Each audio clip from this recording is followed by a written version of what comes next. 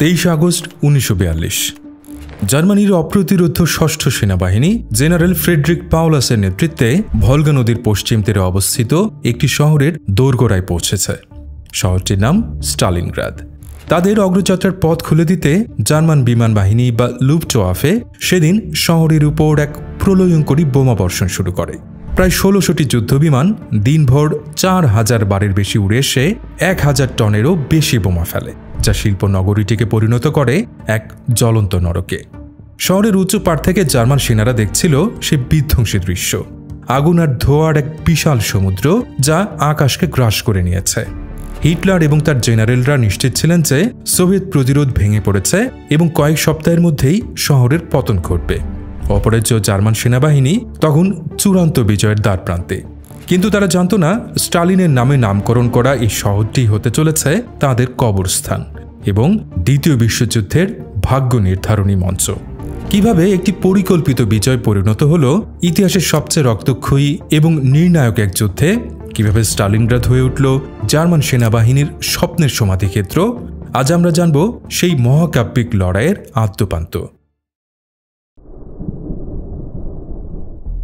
এই গল্পের প্রেক্ষাপট বুঝতে হলে আমাদের ফিরে যেতে হবে ১ বছর আগে, ১৯৪১ সালের ২২ জুন।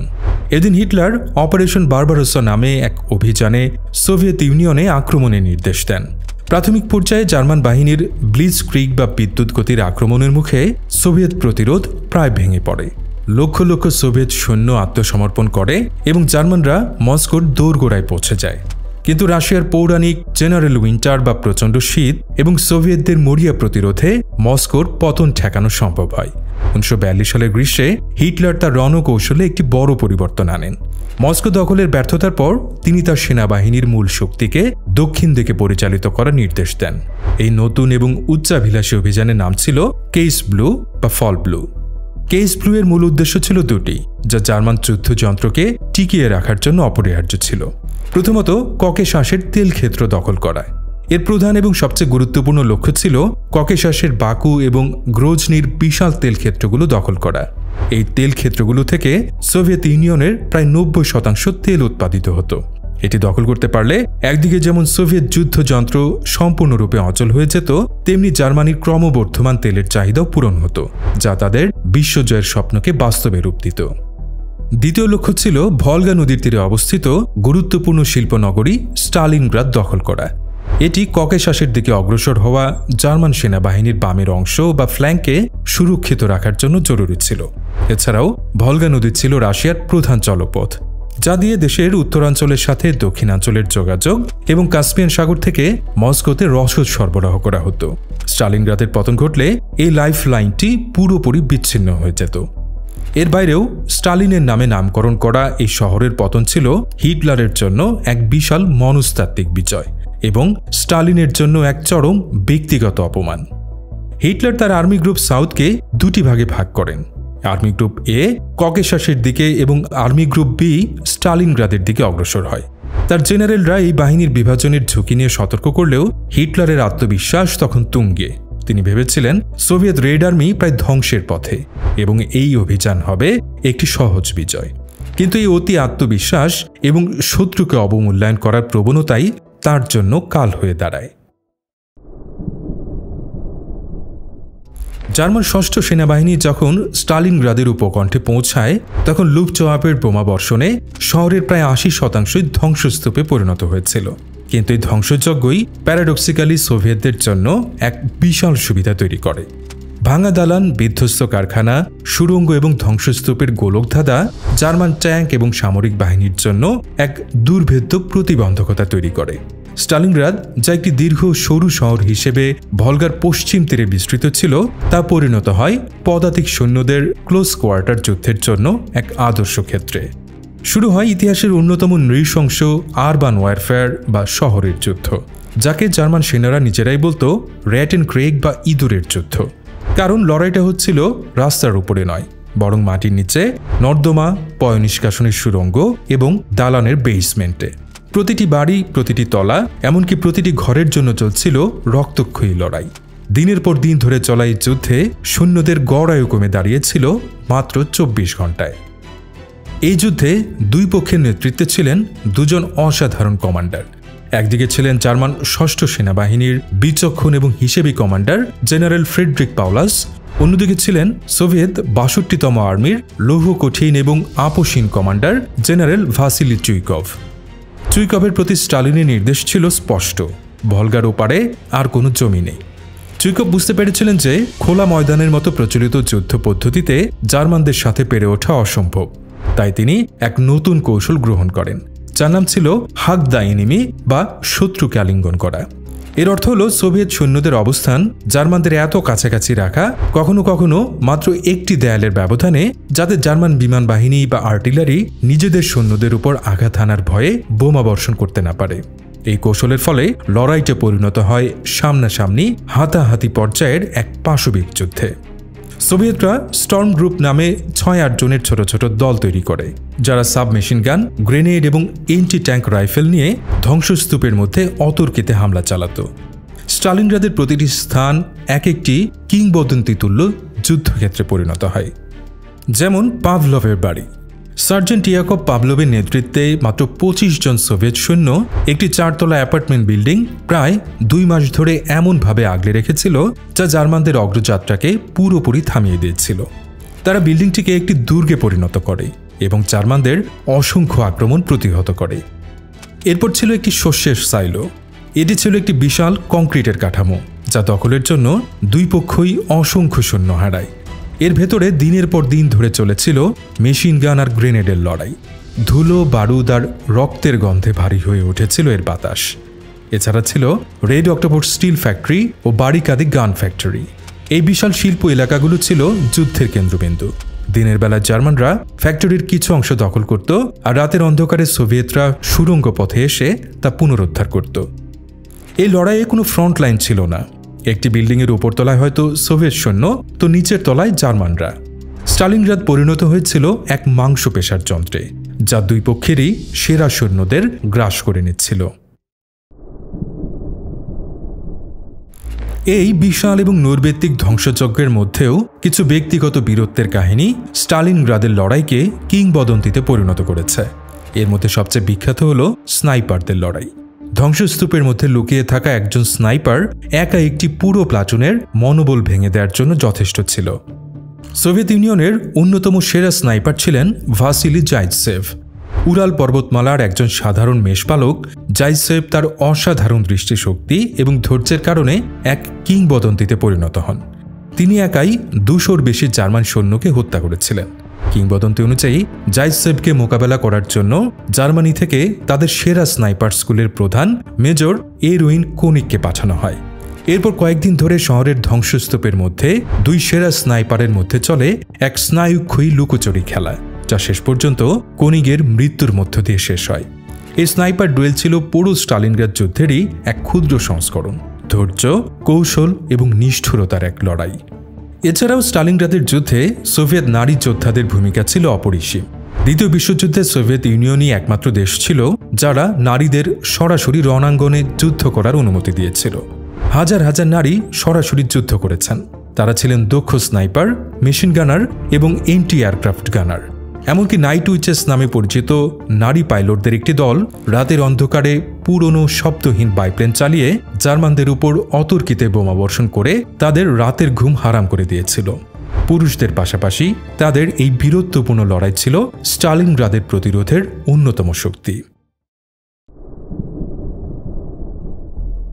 শহরের ভেতরে যখন এই মরণপণ লড়াই চলছিল, তখন মস্কোতে সোভিয়েত হাইকমান্ড এক বিশাল এবং দুঃসাহসিক পাল্টা আক্রমণের পরিকল্পনা করছিল।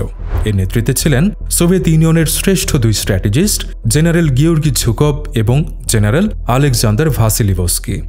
তারা লক্ষ্য করেন যে জার্মানরা তাদের সমস্ত সেরা সৈন্যদের স্টালিনগ্রাদ শহরের যুদ্ধে নিয়োজিত করেছে, কিন্তু শহরের উত্তর এবং দক্ষিণে তাদের পার্শ্বভাগ বা ফ্ল্যাঙ্কগুলো ছিল অত্যন্ত দুর্বল। এই ফ্ল্যাঙ্কগুলো রক্ষার দায়িত্বে ছিল জার্মানির মিত্র রোমানিয়া, হাঙ্গেরি এবং ইতালির সেনাবাহিনী, যাদের কাছে অস্ত্রশস্ত্র, বিশেষ করে এন্টি ট্যাঙ্ক কামান পর্যন্ত ছিল না এবং তাদের মনোবলও ছিল দুর্বল।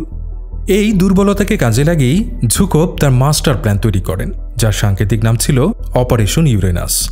পরিকল্পনাটি ছিল একটি ক্লাসিক পিনসার মুভমেন্ট বা সাঁড়াশি আক্রমণ। সোভিয়েত বাহিনী স্টালিনগ্রাদ শহরকে এড়িয়ে অনেক দূর দিয়ে উত্তর এবং দক্ষিণ দিক থেকে দুর্বল রোমানিয়ান ফ্ল্যাঙ্কগুলোর উপর আক্রমণ চালাবে। এই আক্রমণের জন্য সোভিয়েতরা প্রায় 10 লক্ষ সৈন্য, 1350টি ট্যাঙ্ক এবং 13,000-এর বেশি আর্টিলারি কামান গোপনে জড়ো করে, যা ছিল এক অবিশ্বাস্য লজিস্টিক্যাল কৃতিত্ব। 19 নভেম্বর 1942 সোভিয়েতদের এই বিশাল পাল্টা আক্রমণ শুরু হয়।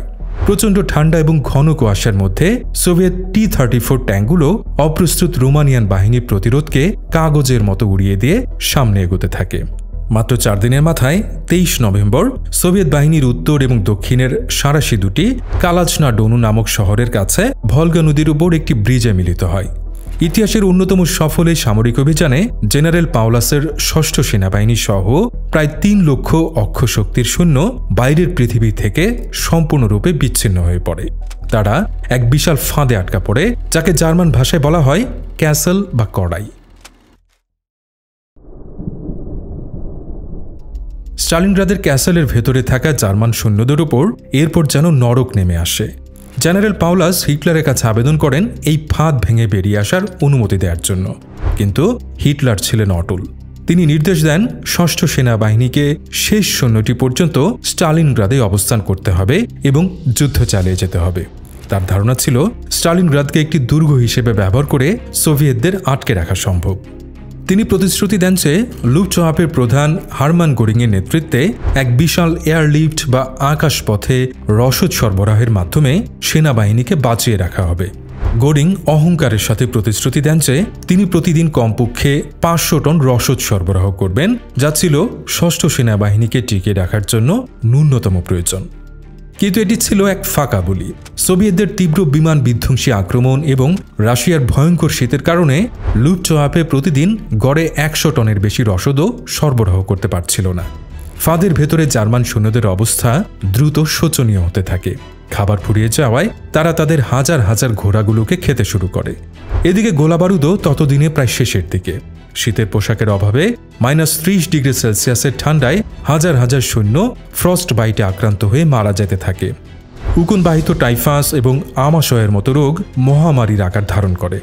ক্যাসেলটি পরিণত হয় এক বিশাল মৃত্যু ফাঁদে। ডিসেম্বরে ফিল্ড মার্শাল ভন মানস্টাইনের নেতৃত্বে জার্মানরা অপারেশন উইন্টার স্টর্ম নামে একটি উদ্ধার অভিযান চালায়। তার প্যাঞ্চার ডিভিশনগুলো ক্যাসেলের 30 মাইলের মধ্যে পৌঁছে গিয়েছিল। ক্যাসেলের ভেতরে ক্ষুধার্ত সৈন্যরা দূর থেকে তাদের কামানের গোলা বর্ষণের শব্দ শুনতে পাচ্ছিল, কিন্তু পাওলাস তখনও হিটলারের আদেশের প্রতি অনুগত থেকে ক্যাসেল ভেঙে বেরিয়ে এসে মানস্টাইনের সাথে মিলিত হওয়ার কোনো চেষ্টা করেননি। ফলে উদ্ধার অভিযান ব্যর্থ হয়। 6ষ্ঠ সেনাবাহিনীর ভাগ্যে কি লেখা আছে তা তখন অনেকটাই স্পষ্ট হয়ে যায়। জানুয়ারি 1943 সোভিয়েতরা অপারেশন রিং নামে ক্যাসেলের ভেতরে থাকা জার্মানদের উপর চূড়ান্ত আঘাত হানে। জেনারেল পাওলাস হিটলারকে বারবার আত্মসমর্পণের অনুমতি দেওয়ার জন্য অনুরোধ করেন, কিন্তু হিটলার প্রতিবারই তা প্রত্যাখ্যান করেন। এমনকি 30 জানুয়ারি তিনি পাওলাসকে ফিল্ড মার্শাল পদে উন্নীত করেন। এটি ছিল একটি নিষ্ঠুর ইঙ্গিত, কারণ ইতিহাসে কোনো জার্মান ফিল্ড মার্শাল কখনো আত্মসমর্পণ করেননি। হিটলার চাইছিলেন পাওলাস আত্মসমর্পণ না করে বরং আত্মহত্যা করুক। কিন্তু পাওলাস তার অবশিষ্ট সৈন্যদের জীবন বাঁচানোর জন্য হিটলারের ইচ্ছার বিরুদ্ধে যাওয়ার সিদ্ধান্ত নেন। 1943-এর 31 জানুয়ারি স্টালিনগ্রাদের একটি ডিপার্টমেন্টাল স্টোরের বেসমেন্ট থেকে অভুক্ত, বিধ্বস্ত এবং পরাজিত ফিল্ড মার্শাল ফ্রেডরিক পাওলাস সোভিয়েত বাহিনীর কাছে আত্মসমর্পণ করেন। 2 ফেব্রুয়ারির মধ্যে জার্মান প্রতিরোধের শেষ চিহ্নটিও মুছে যায়। স্টালিনগ্রাদের যুদ্ধের পরিণতি ছিল ভয়াবহ। 2 পক্ষ মিলিয়ে প্রায় 20 লক্ষ সৈন্য ও বেসামরিক মানুষ নিহত, আহত বা নিখোঁজ হয়, যা এটিকে ইতিহাসের একক সবচেয়ে রক্তক্ষয়ী যুদ্ধে পরিণত করে। যে প্রায় 91,000 জার্মান সৈন্য আত্মসমর্পণ করেছিল তাদের সাইবেরিয়ার যুদ্ধবন্দী শিবিরে নিয়ে যাওয়া হয়, যেখান থেকে যুদ্ধের পর মাত্র 5 থেকে 6,000 সৈন্য জীবিত অবস্থায় জার্মানিতে ফিরতে পেরেছিল। এই যুদ্ধ ছিল দ্বিতীয় বিশ্বযুদ্ধের এক মনস্তাত্ত্বিক এবং সামরিক টার্নিং পয়েন্ট। জার্মান সেনাবাহিনীর অপরাজ্য ভাবমূর্তি চিরদিনের জন্য ধূলিসাৎ হয়ে যায়। এরপর থেকে পূর্বাঞ্চলীয় রণাঙ্গনের কৌশলগত নিয়ন্ত্রণ পুরোপুরি সোভিয়েত রেড আর্মির হাতে চলে যায় এবং তারা শুরু করে বার্লিনের দিকে তাদের দীর্ঘ রক্তক্ষয়ী যাত্রা। স্টালিনগ্রাদের যুদ্ধ শুধু একটি শহরের লড়াই ছিল না, এটি ছিল দুটি বিপরীত আদর্শ এবং দুজন এক নায়কের ইচ্ছার এক নিষ্ঠুর সংঘাত। এটি ছিল এমন এক যুদ্ধ যেখানে বীরত্ব, পাশবিকতা, ত্যাগ ও বিশ্বাসঘাতকতা হাত ধরাধরি করে চলেছিল। এই যুদ্ধ আধুনিক আরবান ওয়ারফেয়ারের ধারণাকে চিরদিনের জন্য বদলে দিয়েছে। এটি একই সাথে যেমন মানব ইতিহাসের চরম দুর্গতি ও সংকটের এক প্রতীক, তেমনি অন্যদিকে অকল্পনীয় প্রতিরোধ এবং সহনশীলতার এক মহাকাব্য। স্টালিনগ্রাদের ধ্বংসস্তূপের মধ্য দিয়েই নির্ধারিত হয়েছিল দ্বিতীয় বিশ্বযুদ্ধের ভাগ্য, যা আমাদের মনে করিয়ে দেয় যে ইতিহাসের সবচেয়ে গুরুত্বপূর্ণ মুহূর্তগুলো প্রায়ই নির্ধারিত হয় সাধারণ মানুষের রক্ত, ঘাম এবং অশ্রুর বিনিময়ে।